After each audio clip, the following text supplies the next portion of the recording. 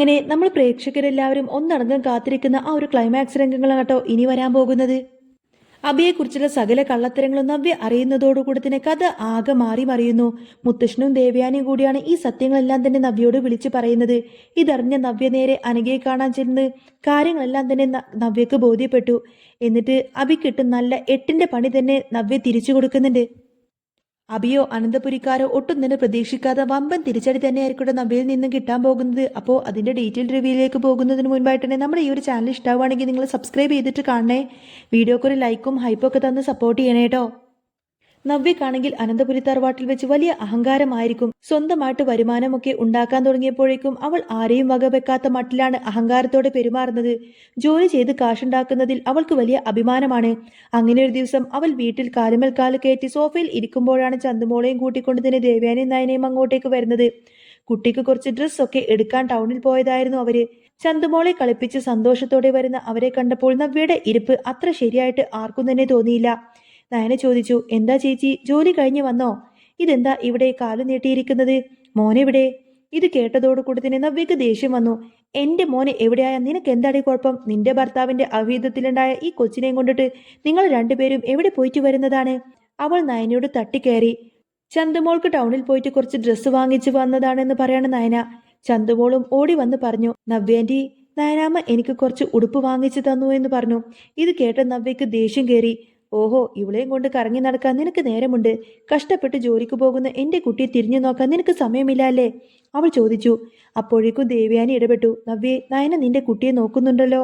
പിന്നെ നിന്റെ അമ്മായിയമ്മ ജയർജയല്ലേ അതൊക്കെ നോക്കേണ്ടത്? പക്ഷേ നവ്യ വിട്ടുകൊടുത്തില്ല.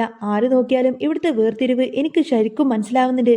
ആദർശേട്ടന്റെ അവിഹിതത്തിലുണ്ടായ കൊച്ചിന് വില കൂടിയ ഉടുപ്പുകൾ വാങ്ങിക്കൊടുക്കുന്നു. എന്റെ കൊച്ചിനെ ആരെങ്കിലും പരിഗണിക്കുന്നുണ്ടോ എന്നൊക്കെ ചോദിച്ചുകൊണ്ട് തന്നെ നവ്യ ദേഷ്യപ്പെട്ടു. നയനെ സമാധാനിപ്പിക്കാൻ നോക്കി. ചേച്ചി, ചേച്ചി ഒരിക്കലും അങ്ങനെയൊന്നും പറയരുത്. അനന്തപത്മനാഭൻ നമ്മുടെ എല്ലാവരുടെയും കുട്ടിയല്ലേ. ചന്തുമോൾക്ക് അമ്മയില്ലാത്തത് കൊണ്ടല്ലേ നമ്മൾ ഇങ്ങനെയൊക്കെ ചെയ്യുന്നത് എന്നൊക്കെ പറഞ്ഞു. ഇത് കേട്ട് ദേവയാനി പറഞ്ഞു, അവൾക്കിപ്പോൾ അഹങ്കാരം കൂടുതലാണ് നയനെ. എങ്ങനെയെങ്കിലും ഈ കുടുംബത്തെ നാണം കെടുത്തണം. അവളും അവളുടെ ഭർത്താവും അതിന് തന്നെയാണ് നോക്കുന്നത്. നമ്മുടെ മൂർത്തി ജ്വല്ലറിയെ താഴ്ത്തിക്കെട്ടാൻ വേണ്ടിയിട്ടില്ലേ ഇവൾ ഏവൻ ജ്വല്ലറിക്ക് വേണ്ടിയിട്ട് പരസ്യം ചെയ്യുന്നത്. ഇതിനിടയിൽ നയന സ്നേഹത്തോടെ നവ്യയുടെ കുട്ടിക്ക് വാങ്ങിച്ച ഡ്രസ്സ് എടുത്തു കൊടുത്തു. നവ്യ അതിന്റെ പ്രൈസ് ടാഗ് നോക്കിയതും പുച്ഛത്തോടെ തന്നെ അതങ്ങ് താഴേക്ക് വലിച്ചെറിഞ്ഞു. ഛേ, ഇതാണോ നീ എന്റെ കുഞ്ഞിന് വേണ്ടി വാങ്ങിച്ചത്?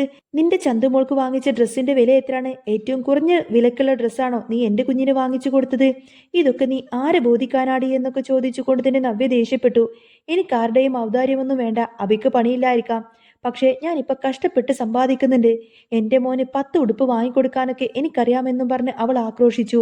മോഡലിങ്ങും പരസ്യവും ചെയ്യുന്നതിൽ ആരും കുറ്റം പറഞ്ഞില്ലെന്നും പക്ഷേ ജ്വല്ലറിക്ക് വേണ്ടി ചെയ്യുന്നത് ശരിയല്ല എന്നും നയനം പറഞ്ഞപ്പോൾ പണം എവിടുന്ന് കിട്ടുന്നോ അവിടെ തന്നെ ഞാൻ ജോലി ചെയ്യുമെന്നുകൊണ്ട് തന്നെ നവ്യ ആവർത്തിച്ചു പറഞ്ഞു.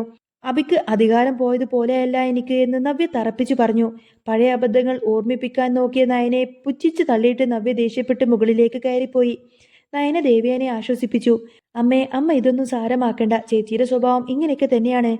എന്നാൽ നവ്യയുടെ ഈ പോക്ക് അത്ര നല്ലതിനല്ലെന്നും മുൻപ് മോഡലിംഗ് എന്ന് പറഞ്ഞിട്ട് ഇവൾ ഇറങ്ങിയിട്ട് അബദ്ധങ്ങൾ പറ്റിയിട്ടുണ്ടെന്നൊക്കെ അവർ ആശങ്കപ്പെട്ടിരുന്നു. ഇതേ സമയത്ത് തന്നെ അനി വലിയ വിഷമത്തിലാണ്. നവീന് നന്ദുവിനെ ഇഷ്ടമാണ് എന്നും അത് നന്ദുവിനോട് പറഞ്ഞ് ശരിയാക്കണമെന്നും നവീൻ ആവശ്യപ്പെട്ടിരിക്കുകയാണ്. അനി നന്ദുവിനെ കണ്ട് കാര്യം വളച്ചൊടിച്ചുകൊണ്ട് തന്നെ ചോദിച്ചു, വേറെ വിവാഹാലോചന വന്ന വീട്ടുകാരൊക്കെ നടത്തിത്തരില്ലേ എന്ന്. സച്ചിയുമായിട്ടുള്ള ആ ബന്ധം തകർന്നത് ഓർമ്മിപ്പിച്ചുകൊണ്ട് തന്നെ നന്ദു പറഞ്ഞു, നമ്മൾ തമ്മിൽ സ്നേഹിക്കുന്നുണ്ട്. പക്ഷേ അത് വീട്ടുകാർക്ക് മനസ്സിലാവില്ല.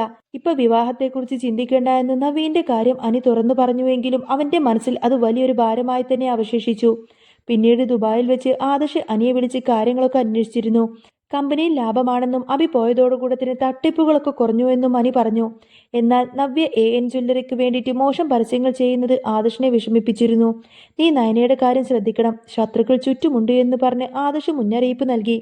അങ്ങനെ ഒരു ദിവസം വീട്ടിലെല്ലാവരും കൂടിയിരിക്കുന്ന നേരത്താണ് ഒരു പെൺകുട്ടി അങ്ങോട്ടേക്ക് കടന്നു വന്നത്. ഇത് അബിയുടെ വീടല്ലേ എന്ന് അവൾ ചോദിച്ചു. അബിയെ ഉടനെ തന്നെ കാണണമെന്നും അവൻ വിളിച്ചിട്ട് ഫോൺ എടുക്കുന്നില്ല എന്നൊക്കെ പറഞ്ഞു. നീ ആരാണ്? അവനുമായിട്ട് നിനക്കെന്തായ ബന്ധമെന്നൊക്കെ മുത്തശ്ശൻ ചോദിച്ചപ്പോൾ അവൾ പറയുന്നുണ്ട്, അവനൊരു തനി ഫ്രോഡാണ്. വിവാഹം കഴിഞ്ഞ കാര്യം എന്നോട് അവൻ മറച്ചുവെച്ചു. അവൻ എന്നെയാണ് സ്നേഹിച്ചതും വിവാഹം കഴിക്കണമെന്ന് എനിക്ക് ഉറപ്പു നൽകിയിരുന്നു. ദാ ഈ മോതിരം അവൻ എനിക്ക് അണിച്ചു തന്നതാണ്. ഇപ്പോൾ ഞാനിതാ 3 മാസം ഗർഭിണിയാണ്. എന്നാൽ ഇത് കേട്ട നവ്യ ആകെ ഞെട്ടിപ്പോയി. എടി നീ ആരാടി പണമുള്ളവരുടെ വീട്ടിൽ കയറി വന്നിട്ട് വെറുതെ ഓരോന്നും ഇങ്ങനെ വിളിച്ചു പറയാനെന്നൊക്കെ ചോദിച്ചുകൊണ്ട് തന്നെ നവ്യ ആ ഒരു പെൺകുട്ടിയോട് ദേഷ്യപ്പെട്ടു. പക്ഷേ ആ പെൺകുട്ടി ഉറപ്പിച്ചു പറഞ്ഞു, അതെ താൻ അബിയുടെ ചതിക്ക് ഇരയായതാണ് എന്നും തനിക്ക് കുഞ്ഞിനും നഷ്ടപരിഹാരം വേണമെന്നൊക്കെ പറഞ്ഞ് ആ പെണ്ണ് പ്രശ്നമുണ്ടാക്കാൻ തുടങ്ങി. കലി കയറിയ നവ്യ ആ കുട്ടിയുടെ കഴുത്തിനങ്ങ് പിടിച്ചുകൊണ്ട് തന്നെ ആരാടി നിന്നെ പറഞ്ഞു വിട്ടത്? അബിയുടെ തകർക്കാൻ വേണ്ടിയിട്ട് ആദർശേട്ടനും നയനും കൂടി ചെയ്യുന്ന പണിയാണോ ഇത് എന്നൊക്കെ ചോദിച്ചുകൊണ്ട് തന്നെ അവളെ മുഖത്തേക്ക് ഒരൊറ്റ അടിയങ്ങ് വെച്ചു കൊടുക്കുകയാണ് നവ്യ. പക്ഷേ ദേവ്യാനിയും മുത്തശ്ശനും വന്നിട്ട് നവ്യയെ തടഞ്ഞു. നീ ഒന്ന് അടങ്ങി നിൽക്ക്, അബി ചെയ്ത തെറ്റാണിത് എന്ന് അവർ പറഞ്ഞു. പക്ഷേ എന്നിട്ടും നവ്യ മാത്രം അത് വിശ്വസിച്ചില്ല. ഇത് ആദർശേട്ടന്റെ കൊച്ചായിരിക്കും, അയാൾക്ക് ഇതിനകം ഒരു അവിഹിതമുണ്ടല്ലോ എന്നും പറഞ്ഞ് നവ്യ ആദർശിനെ കുറ്റം പറഞ്ഞു.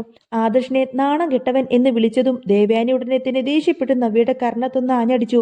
നിർത്തടി നിന്റെ അഹങ്കാരം, എന്റെ മോനെ കുറിച്ച് പറയാൻ നിനക്കൊരു അർഹതയുമില്ല. ചന്തുമോൾ ആദർശിന്റെ കുട്ടിയൊന്നല്ല, ഇത് നിന്റെ അബിയുടെ കുട്ടി തന്നെയാണ്. നിന്റെ കുടുംബം തകരാതിരിക്കാൻ വേണ്ടിയിട്ട് എന്റെ മകൻ ഏറ്റെടുത്തതാണ് ഇതൊക്കെ. ദേവയാനി ആ ഒരു സത്യം അങ്ങ് വിളിച്ചു പറയാണ്. ഇതിന്റെ തെളിവായി DNA ടെസ്റ്റ് റിസൾട്ട് നവ്യയുടെ കയ്യിൽ അങ്ങ് വെച്ചു കൊടുത്തു.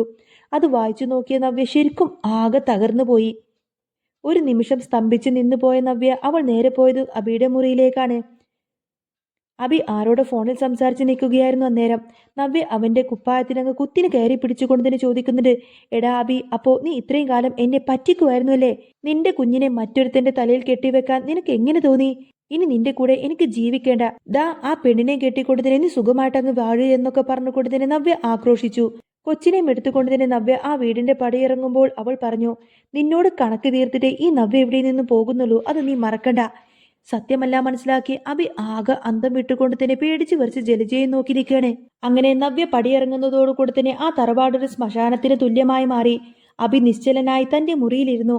ജലജ ആവട്ടെ തന്റെ മകൻ ചെയ്ത തെറ്റുകളേക്കാൾ ഉപരി കൈവിട്ടുപോയ ഐശ്വര്യത്തെയും നവ്യ കൊണ്ടുവന്നിരുന്ന പണത്തെയും ഓർത്തുകൊണ്ടാണ് വിലപിച്ചത്.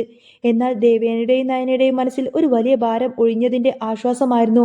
സത്യം വിളിച്ചതു വന്നല്ലോ എന്നൊരാശ്വാസം.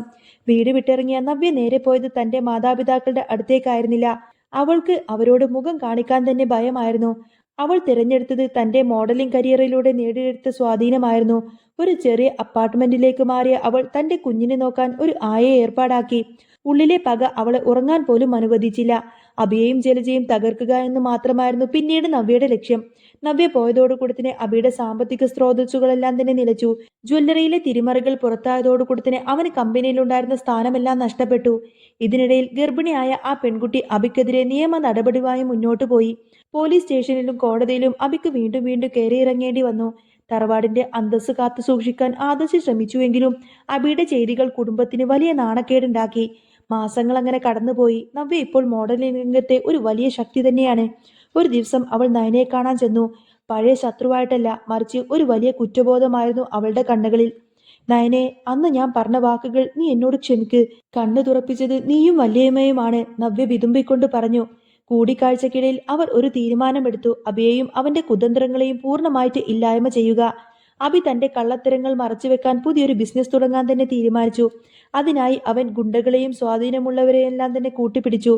എന്നാൽ നവ്യ തന്റെ പണവും സ്വാധീനവും ഉപയോഗിച്ചുകൊണ്ട് തന്നെ അവന്റെ ഓരോ നീക്കങ്ങളും തടഞ്ഞു.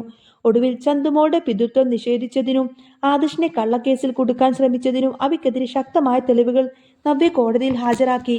നീതിയുടെ വിജയം വൈകിയാണെങ്കിലും ആ തറവാട്ടിലെത്തി. അബി ജയിലിലായി. ജലജ ഒറ്റപ്പെട്ടു. നവ്യ തന്റെ കുഞ്ഞുമായി സ്വന്തം കാലിൽ നിൽക്കാൻ തന്നെ പഠിച്ചിരുന്നു. ആദർശ് ദുബായിൽ നിന്നും മടങ്ങി വന്ന് ചന്തുമോളെ തന്റെ സ്വന്തം മകളായി തന്നെ അവൻ വളർത്തി. നയനയും നവ്യയും തമ്മിലുള്ളൊരു ബന്ധം പുതിയ സാഹോദര്യത്തിന് വഴിമാറിയിരുന്നു. അങ്ങനെ പത്തരമാറ്റിൽ ഇനി വരാൻ പോകുന്നത് നല്ല സൂപ്പർ ത്രില്ലിംഗ് എപ്പിസോഡുകളൊക്കെ തന്നെയാണ് കേട്ടോ. വീഡിയോ ഇഷ്ടമാവുകയാണെങ്കിൽ ചാനൽ സബ്സ്ക്രൈബ് ചെയ്യാൻ മറക്കല്ലേ. ബൈ.